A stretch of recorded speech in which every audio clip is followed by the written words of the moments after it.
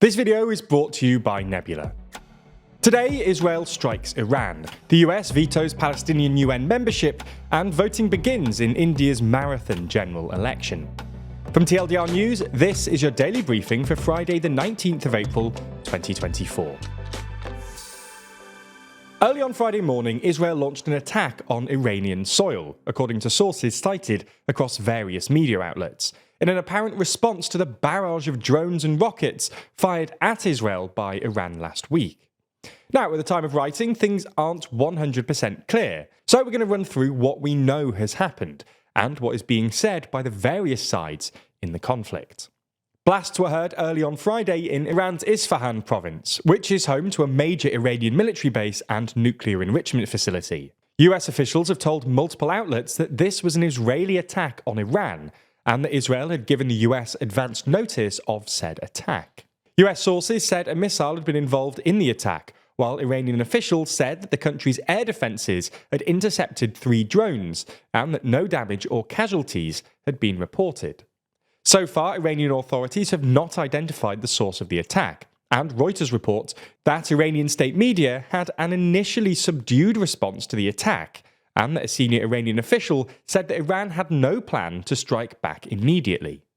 The apparent attack prompted Iran to restrict its airspace, but flight restrictions have since been lifted. Separately, Syrian media reported that an Israeli airstrike had hit air defense sites in southern Syria, causing material losses. The Israeli government and military, which had previously vowed to respond to last week's Iranian attack, remained silent on Friday morning, and the Jerusalem Post writes that Israel will not accept responsibility for this attack for strategic reasons. Given all of this, the apparent Israeli attack on Iran has been described by some as limited in scope, raising hopes that the tit-for-tat exchanges between the two arch foes won't escalate further. Following Iran's attack on Israel last week, which itself followed an Israeli strike on the Iranian consulate in Syria, Western leaders and allies of Israel had been urging Israel to avoid escalation and exercise restraint in any response to Iran. The US, for example, urged Israel to pursue a diplomatic response and to take the win because of how much of the attack had been intercepted. Anyway, we'll have a full video on this topic coming out on the TLDR Global channel tomorrow, so be sure to watch that if you're interested. There's more on the way, but remember to subscribe and ring the bell for more daily briefing next week. Plus, if you want to support the channel like Ginny N, then consider joining the new TLDR membership program for just $1.99. On Thursday, the United States vetoed a UN Security Council resolution that would have granted Palestine full United Nations membership, sinking the Algerian proposal despite 12 of the 15 council members voting in favour.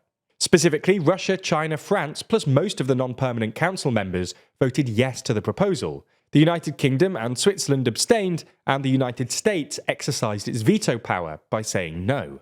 For context, the state of Palestine is not a full member of the UN, but it has been a non-member observer state since 2012, meaning it's able to participate in UN proceedings in a limited way, but does not have voting rights. For Palestine to become the UN's 194th full member, the UN Security Council would have needed to endorse the proposal with at least 9 out of 15 votes in favour, and no vetoes.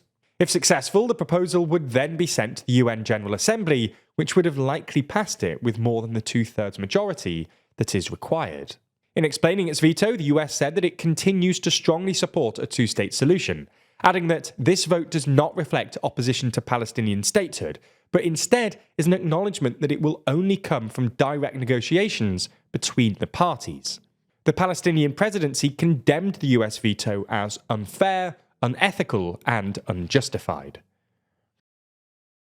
A Polish man has been charged in connection to an alleged Russian plot to assassinate Ukraine's president, Volodymyr Zelenskyy. Paweł K., as he's been named, is alleged to have been tasked, quote, to help, among other things, in planning by Russian special services a possible attack on the life of the head of a foreign state, President of Ukraine, Volodymyr Zelenskyy. Polish prosecutors say he proactively established contact with Russian military command representatives and agreed to give information to Russian spies about the security at an airport in southeastern Poland near to the Ukrainian border, known for being used by Zelenskyy when he goes on foreign trips. If convicted, he could face up to 8 years in prison. In a separate case, 2 suspects have been detained in Poland on suspicion of carrying out an attack on Russian dissident Leonid Volkov, an ally of the late Alexei Navalny in Lithuania. Lithuania's president says that the 2 suspects will be handed over to Lithuania, but didn't give a time frame. Volkov was in the capital Vilnius, where he lives in exile, when his car windows were smashed and he was attacked with tear gas and a hammer. Today, Indians start voting in a marathon election, which will last 6 weeks, and is expected to return Prime Minister Narendra Modi to another 5-year term in power. Modi's strength has been attributed to his Hindu nationalist agenda. Currently, Modi's ruling BJP party and its allied parties hold just under 2/3 of the 542-seat Lok Sabha, or lower house. Modi will be looking to tighten his control by winning more seats this time round. In fact, they've set the bar to around 400 seats. Challenging Modi's camp is the opposition Indian National Congress at the head of a big tent multi-party opposition alliance, who are fighting what they say are the BJP's superior funds and sway over the media and law enforcement agencies. Indian elections are frequently described as the largest democratic exercise in the world, with more than 10% of the world's population heading to the polls. But the mother of all democracies isn't actually in perfect shape. Critics say that the country's democracy has been undermined since the BJP came to power 10 years ago. While surveys show Modi to be the most popular leader by a wide margin, opposition leaders have accused the government of skewing the pitch, using lawfare to jail opponents and bringing Hindu nationalism into the mainstream. And finally, today's uplifting story, kindly suggested by Daily Briefing member Oscar Lozada, is about the discovery of fossils thought to have come from the largest sea reptile ever to have lived, all thanks to an 11-year-old girl from the UK. Fossil hunter Ruby Reynolds and her father Justin are among the co-authors of a paper published on Wednesday that reports on their discovery of a bone from the lower jaw of a species of giant ichthyosaur, which they found on a beach at Blue Anchor in Somerset back in 2020. Paleontologists say the creature would have been about the same size as a blue whale, with its full jaw measuring in at more than 2 meters long, and its whole body around 25 meters long. It's believed to have existed towards the end of the Triassic period, and according to experts, is probably the largest marine reptile formally described. Ruby, who's now 15, is pretty chuffed about the discovery, which she said she's very proud to have played a part in.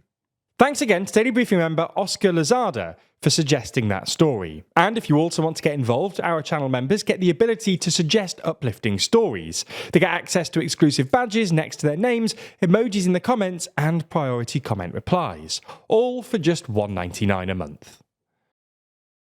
That's not the end of this story either. So if you want to dive deeper into this and other stories, we have an exciting announcement. That's because it was revealed, in Variety no less, that we're building a new product with our partners at Nebula, called Nebula News. Let me explain this exciting announcement. In an increasingly polarised and confusing world, it's hard to find news that matters and that you can trust. So every day, the TLDR team curates a selection of videos that matter most in the world right now, handpicking a feed of content which should keep you up to date with everything you need. That means no more overwhelming feeds of news coverage, and instead just the stories that matter most. Videos produced by the brilliant creators on Nebula and curated by the TLDR team. It's truly the easiest way for you to keep on top of the news that matters to impress at your next wedding, dinner party, or whatever your life entails. It's not just curated news content brought to you directly by us. Nebula also features exclusive original content. That's things like Real Life Law's brand new series War Room, which every month runs you through a whole load of ongoing conflicts, keeping you in the loop. You can also watch every TLDR video on Nebula ad-free, and in many instances before they land on YouTube. Now, if you're already subscribed to Nebula, you can find the brand new Nebula News section at nebula.tv/news. And be sure to bookmark or save that link so you can use it as your TLDR-ified news homepage. If you're not a member already, then click the link in the description to sign up now. If you do, you'll get 40% off an annual plan by using our link. That's less than £2 a month. Plus, Nebula will know that you came from us, which really helps us out. Thanks for your support, especially when we're doing something so big and new, and we hope you love Nebula News.